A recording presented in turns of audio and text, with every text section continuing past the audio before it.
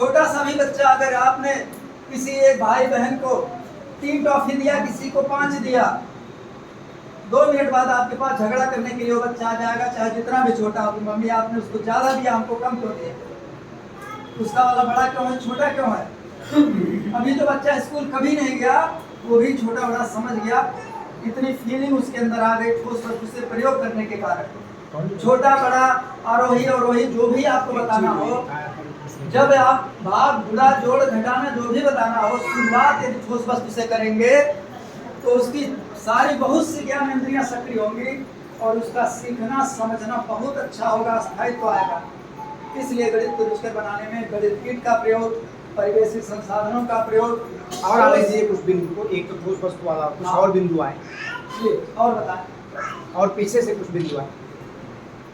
एक तो हो गया ठोस वस्तुओं से शुरुआत कर, अगला और भी कुछ हो सकता उसके साथ और क्या महत्वपूर्ण है? है। और क्या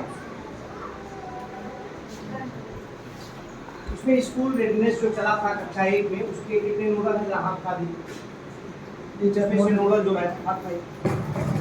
अच्छा ठीक मैडम, आप उसमें गणित से संबंधित कौन सी गतिविधि आपने बच्चों को सिखाई?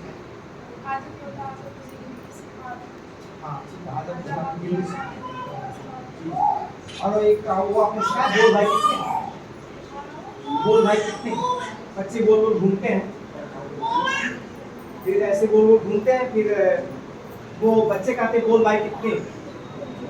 तो टीचर बोलता है 2 3, और बच्चे से 2 बोला, अच्छा 2 के ग्रुप में, 3 बोला तो 3 के ग्रुप में। आपने किसने करवाया? किसी नोडल ने करवाया, मैडम आपने करवाया? गणित की और कोई याद करिए। आपने करवाया था? इससे आपको क्या, आपने जब बच्चों के साथ पढ़ाई करवाया तो आपको क्या मिला, आपने क्या देखा? पहले उनको बता देते हैं कि किस तरह से करना है जी। उसके बाद जैसे हम लोग ग्राउंड में घूमते हैं, वो भाई कितने आप करें कितने, हाँ। जैसे हम कोई नंबर देते हैं जी। वो उसके ग्रुप में आ जाते हैं।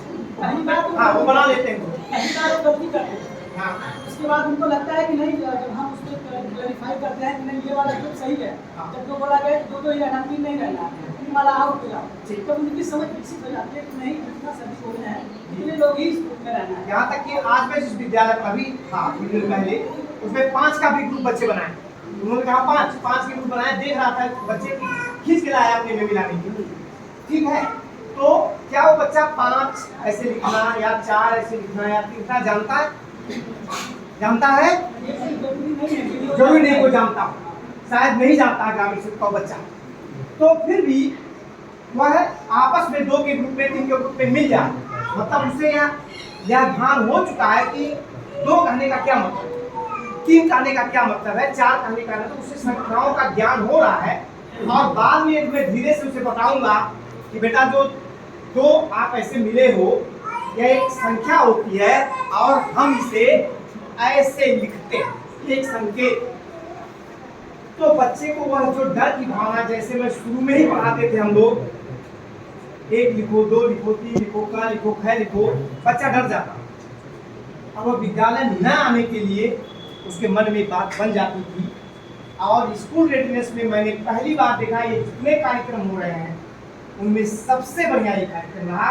हमारे कक्षा 1 के बच्चे हर विद्यालय में लगभग जहाँ गतिविधियां हुई हैं, सब बड़े प्रफुल्लित हैं, बड़े खुश हैं, चहक चहक करके सम्मिलित होते हैं चीजों में। जब भी हम लोग जा रहे हैं, वो एकदम अध्यापक एक बार बताती है, एकदम तेजी के साथ सारे कार्यक्रम, एकदम स्मार्ट बच्चे दिख रहे हैं। तो ये बहुत अच्छा कार्यक्रम है, स्मार्ट जहाँ भी हुआ है, और यह विद्यालय से जोड़ने के लिए, विद्यालय में ठहराव के लिए ये गतिविधियां और ये कार्य बहुत जरूरी है। अभी हम लोग लखनऊ में थे, तो विजय किरणानंद जी जो है डायरेक्ट 2 दिन तक, लगभग आधा दिन तक वो लगातार घोषणा करते रहे हैं। और उन्होंने एक बात बहुत मजबूती से संकेत दिया है कि अभी एक दुख व्यक्त किया कि किताबें और संदर्शिकाएं नहीं पहुंच पाई हैं, इसके लिए मुझे बहुत खेद है। लेकिन अगले सत्र, इस सत्र में तो लेट हो चुका है, अगले सत्र से 1 अप्रैल तक आपके यहाँ किताबें पहुंच जाएंगी। हम शिक्षकों के साथ बहुत खेद व्यक्त करते हैं कि उन्हें कठिनाई हो रही है।